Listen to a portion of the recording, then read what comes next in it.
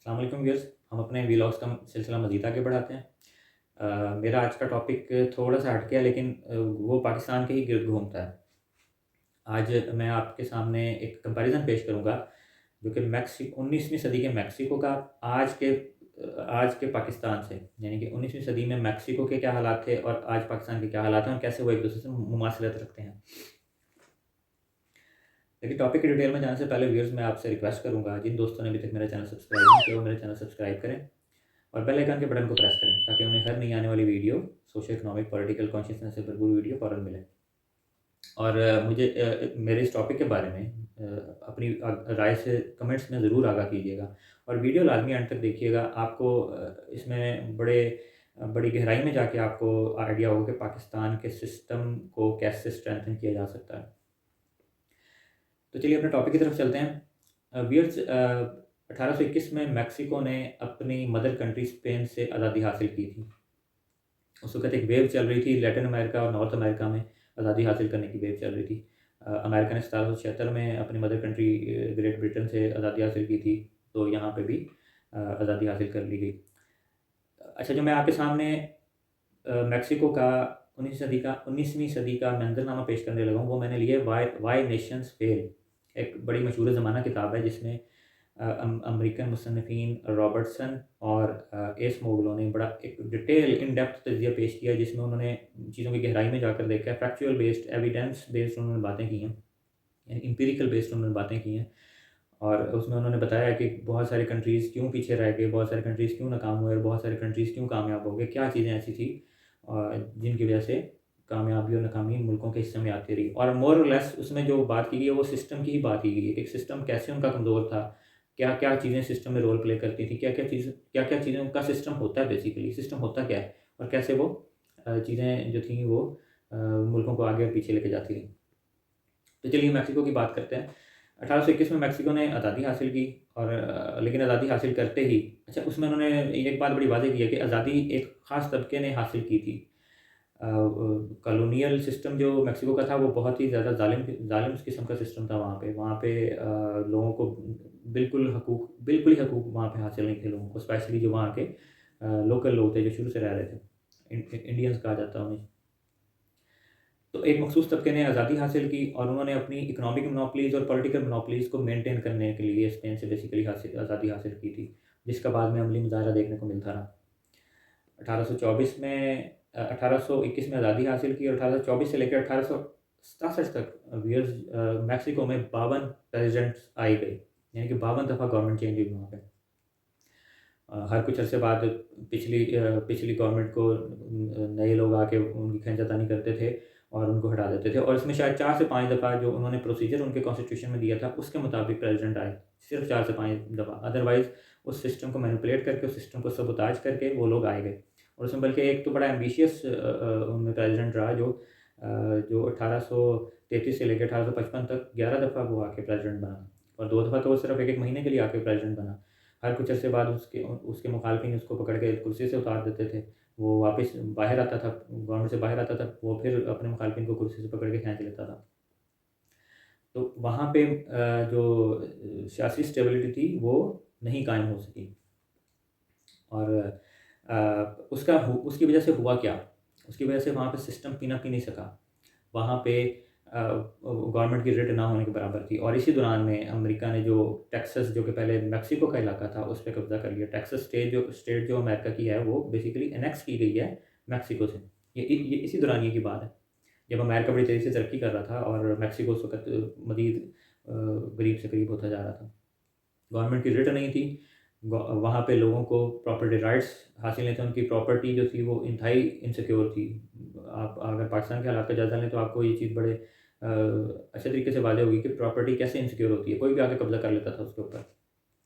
और जो दूसरा काम हुआ वो ये हुआ कि गवर्नमेंट जो थी वो टैक्स कलेक्ट नहीं कर सकी, क्योंकि गवर्नमेंट की रेट नहीं थी, लोग गवर्नमेंट के ऊपर इत्मीनान नहीं करते थे, लोगों से टैक्स कलेक्ट नहीं गवर्नमेंट कर सकी, तो गवर्नमेंट के पास रेवेन्यू का ज़रिया ही नहीं था। तो गवर्नमेंट अपने सिस्टम को स्ट्रॉन्ग करने में इस वजह से भी नाकाम रही कि लोगों से वो टैक्स कलेक्ट नहीं कर सकी। और इसके अलावा गवर्नमेंट के महकमे ना होने के बराबर थे, पब्लिक सर्विसेज लिटरली अनअवेलेबल थी वहाँ पे। और ये वो ज़माना था जब अमेरिका में पॉलिटिकल स्टेबिलिटी बड़ी मुस्तहकम थी, सिर्फ 1860 से लेकर 1865 का अमेरिका का ज़माना वो था जब वहाँ पे खाना जंगी हुई। उसके अलावा वहाँ पे कभी सिस्टम को डीरेल नहीं किया गया, वहाँ पे कभी कोई प्रेसिडेंट ऐसा नहीं आया जो कि जिसको वक्त मुकर्रर से पहले उतार दिया गया। और फिर दुनिया ने देखा कि अमेरिका जो कि मैक्सिको से कुछ ही पहले मार्ज़ वजूद में आया था, मैक्सिमम 40-42 साल पहले मार्ज़ वजूद में आया था, वो पहली जंग अज़ीम के मौके पर के दौर में वो अमेरिका की जो मईशत थी वो पूरी दुनिया की मईशत से ज़्यादा कंबाइन, यानी कि पूरी दुनिया की मईशत से ज़्यादा स्ट्रॉन्ग हो चुकी थी, क्योंकि वहाँ पे सिस्टम स्ट्रॉन्ग था। अब हम पाकिस्तान की तरफ चलते हैं। पाकिस्तान 1947 में मार्ज़ वजूद में आया, जिसमें और आज शायद वो 2022 में वो 72 साल का हो गया। अब 2023 शुरू हुआ है, तो 72 साल उसकी तकरीबन एज है। पाकिस्तान का सिस्टम कैसे वहाँ से मैक्सिको के 19वीं सदी के सिस्टम से मुमासिलत रखता है आज का पाकिस्तान? पाकिस्तान में 38 साल तकरीबन 38 पाकिस्तान में तकरीबन 40 साल जो है वो सिविल गवर्नमेंट से रही, और उस 40 साल के दौरान तकरीबन 23 वज़राए आज़म आए, और तकरीबन 23 वज़राए आज़म आए पाकिस्तान में। और पाकिस्तान में तकरीबन 32 साल डिक्टेटरशिप रही, जिसमें 4 जनरल साहिबान ने पाकिस्तान पर हुकूमत की। और अगर हम यही रेशो रखें कि 2 से 2.5 साल एवरेज एक वज़ीर-ए-आज़म की मुद्दत बनती है, और अगर हम 32 साल को भी इस तरफ ले जाएँ कि 32 साल में भी हम फ़र्ज़ कर लेते हैं कि इस दौरान 32 साल में भी सिविल गवर्नमेंट ही रही, तो 32 साल में मज़ीद 17 हम अंदाज़ा लगा सकते हैं कि 17 वज़ीर-ए-आज़म आके जा चुके होते हैं। यानी कि कमोबेश अगर हम अंदाज़ा लगाएँ तो 40 वज़ीर-ए-आज़म का दौर पाकिस्तान में गुज़रा। अब ये सियासी इंस्टेबिलिटी की इससे बड़ी निशानी कोई नहीं हो सकती। उसकी वजह से हुआ क्या? पाकिस्तान में क्या हुआ? पाकिस्तान में लोगों का एतमाद गवर्नमेंट पे कायम नहीं हो सका, जमहूरियत पर कायम नहीं हो सका। पाकिस्तान में अब जैसे मैक्सिको में प्रॉपर्टी राइट्स लोगों के सिक्योर नहीं थे, पाकिस्तान के भी आज आज आप कराची के हालात देख लें, पिंडी इस्लामाबाद के हालात देख लें, लाहौर के हालात देख लें। आप ज़रा सा आँख झपकते हैं और फ़ौरन से पहले आपकी प्रॉपर्टी पे कब्ज़ा हो जाता है। खैर ये तो एक बहुत छोटी सी एग्ज़ाम्पल है। हम आगे चलते हैं, टैक्स कलेक्शन की तरफ चलते हैं। पाकिस्तान में टैक्स कलेक्शन बहुत कम है as compare to developed countries, as compare to tax collection of developed countries. Tax to GDP ratio Pakistan की 9.2% है आज भी। और अगर हम तरक्की याफ्ता ममालिक में फ्रांस को उठा लें तो वहाँ पे 45% है, और अगर हम यूके को उठा लें तो वहाँ पे 33% है। हम यूएस को देख लें तो वहाँ 27% है। इसी तरह हम ऑस्ट्रेलिया को देख लें, वहाँ 30% है। कनाडा को देख लें, वहाँ 33% है। गवर्नमेंट टैक्स कलेक्ट करने में नाकाम रही, जिसमें टैक्स की चोरी और टैक्स की ना दहिंदगी, ये सारा कुछ ही शामिल है, और जिसमें ब्लैक मनी भी बहुत ज़्यादा इन्वॉल्व है।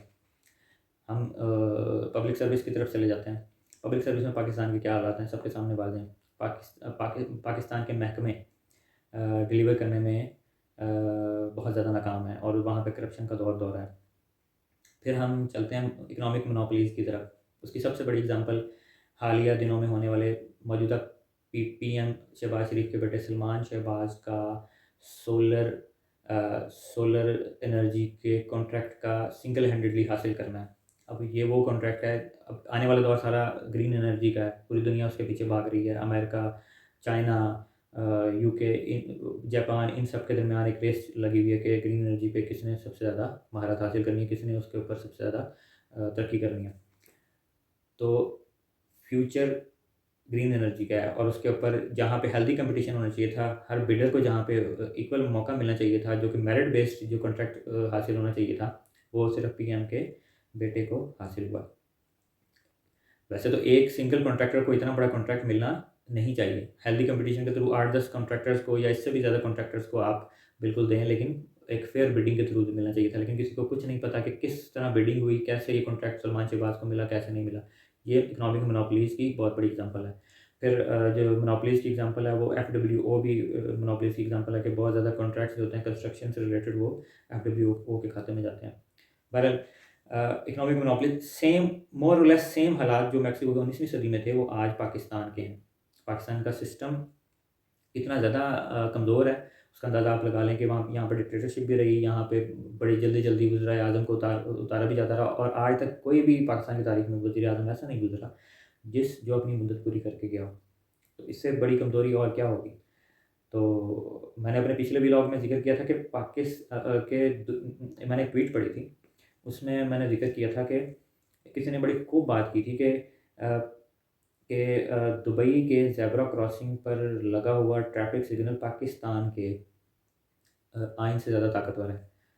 यानी कि पाकिस्तान के निज़ाम से ज़्यादा ताकतवर है। वहाँ पे बड़ा हो या छोटा हो, गरीब हो, अमीर हो, वहाँ पे सबके लिए कानून बराबर है। आप अगर ट्रैफिक सिग्नल तोड़ेंगे तो आपको जुर्माना पे करना पड़ेगा। ये एक छोटा-सा वहाँ का कानून है जो कि इसके ऊपर 110% इम्प्लीमेंट होता है। तो बड़े कानून की तो बात ही फिर अलग है। लेकिन पाकिस्तान में बड़े-बड़े कानूनों को पैरों के तले रौंद लिया जाता है। और पाकिस्तान में और वो जो सदियों साल पहले सदियों पहले जो बात एक यूनानी फ़िलॉसफ़र ने की थी कि कानून वो मकड़ी का जाला है जिसमें ताकतवर उसको फाड़ के गुज़र जाता है और कमज़ोर उसमें फँस जाता है। ये वाली एग्ज़ाम्पल पाकिस्तान के ऊपर सबसे ज़्यादा फिट आती है। कैसे गवर्नमेंट में बैठे हुए लोग आज जो गवर्नमेंट में बैठे हुए लोग हैं, कैसे उन्होंने अपने केसेज़ माफ़ करवाए, कैसे उन्होंने नैब के कानून को चेंज किया, ये सारी उसकी एग्ज़ाम्पल है।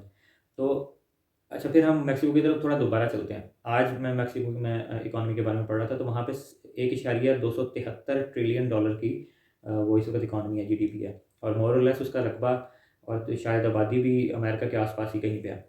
लेकिन अमेरिका कहाँ पे खड़ा है? अमेरिका में 30 ट्रिलियन डॉलर की इकॉनमी है, दुनिया का ताकतवर तरीन मुल्क बन चुका है। क्या था कि अमेरिका का सिस्टम कभी डीरेल नहीं होने दिया, वहाँ के लोग हमेशा सामने आए, वहाँ की गवर्नमेंट सामने, वहाँ के सियासतदानों ने कभी इस सिस्टम को डीरेल नहीं होने दिया, वहाँ के एस्टैब्लिशमेंट, वहाँ के इंतज़ामी हलकों ने कभी सिस्टम को डीरेल नहीं होने दिया। लेकिन हमारे यहाँ ऐसा नहीं है। हमारे यहाँ हर कुछ अरसे बाद सिस्टम डीरेल हो जाता है। मुल्क जो है सियासी अदम इस्तेहकाम की तरफ चला जाता है और ज़ाहिर-सी बात है कि जब मुल्क सियासी अदम इस्तेहकाम की तरफ जाता है तो इन्वेस्टमेंट कभी भी नहीं आती। इवन जो जो लोकल लोग हैं वो इन्वेस्टमेंट करते हुए घबराते हैं। आज आपके सामने है, आज अगर हम देखें, आज 21 जनवरी 2023 को हम देखें तो आज भी हमारे में से बहुत सारे लोग सिर्फ़ अपनी इन्वेस्टमेंट से रोक के बैठ गए हैं कि सियासी इस्तेहकाम आएगा तो इन्वेस्टमेंट करेंगे। अब ये जो सारा अरसा सियासी अदम इस्तेहकाम का अरसा जा रहा है, ये इन्वेस्टमेंट नहीं आ रही, पैसे की सर्कुलेशन रुक चुकी है। तो जो सिस्टम जितना स्ट्रॉन्ग होगा वहाँ पे ना सिर्फ लोकल इन्वेस्टमेंट बहुत ज़्यादा होगी बल्कि पूरी दुनिया से लोग आके वहाँ पे इन्वेस्टमेंट करना पसंद करेंगे क्योंकि उन्हें पता है कि सिस्टम डीरेल नहीं होगा, सिस्टम चलता रहेगा, कानून बड़ा ताकतवर है, लेकिन पाकिस्तान में उसके बरक्स ऐसा नहीं है। तो पाकिस्तान के बारे में बड़े-बड़े जो इंटरनेशनल जर्नल्स हैं, इंटरनेशनल मैगज़ीन्स हैं, इंटरनेशनल रिसर्च इंस्टीट्यूट्स हैं, वो ये बात करते हैं कि पाकिस्तान 2050 तक दुनिया की बड़ी इकॉनमीज़ में शामिल तो हो जाएगा। लेकिन वो कब होगा? वो तब होगा जब ये सिस्टम अपने ट्रैक पर वापस आएगा। इस सिस्टम को ट्रैक पर लाने के लिए हर एक को अपना रोल प्ले करना होगा। स्पेशली उन लोगों को जो पाकिस्तान का दर्द रखते हैं और स्पेशली अवाम को। अवाम में से उन लोगों को बिल्कुल मैं लीडर के बारे में ये बात करूँगा कि अगर ये लीडर मेरा अगर ये व्लॉग देख रहे हैं, आज के दौर के लीडर जो मौजूद हैं इस वक़्त लीडरशिप में, जो ईवानों में मौजूद हैं, जो किसी न किसी लेवल पे लीडरशिप का रोल प्ले कर रहे हैं, वो अगर मेरा ये व्लॉग देख रहे हैं, तो वो अपने सिस्टम को स्ट्रॉन्ग करने के तरीके देखें। उसके लिए जो उन्हें करना पड़ता है, वो करें।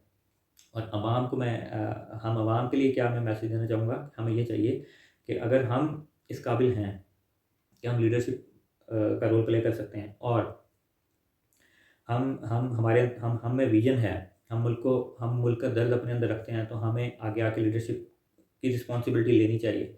लीडरशिप किसी की मिरास नहीं है, लीडर जो है वो अपनी मेहनत से बनता है, लीडर अपने विज़न से बनता है। और जो लीडर अपने मुल्क के साथ वफ़ादार नहीं है, अपने अपने दीन के साथ वफ़ादार नहीं है, वो लीडर कहलाने के लायक नहीं है। सबसे पहला काम हमें ये करने की ज़रूरत है कि हम लीडरशिप की रिस्पॉन्सिबिलिटी को लेने की कोशिश करें। अच्छे-अच्छे लीडर बिल्कुल आएँगे अगर हम इस चीज़ में इन्वॉल्व होते हैं तो। दूसरा काम हमें ये करना, अच्छा वो और उन लीडर्स को सिस्टम को स्ट्रॉन्ग करने पे सबसे ज़्यादा फ़ोकस करना होगा कि सिस्टम जितना ज़्यादा स्ट्रॉन्ग रहेगा, कुर्बानियाँ देनी पड़ती हैं, कोई मसला नहीं है। किसी भी किस्म की स्टेटस की कुर्बानी, पैसे की कुर्बानी, आपको अपने पॉलिटिकल करियर की कुर्बानी, सिस्टम पे समझौता नहीं करना होगा।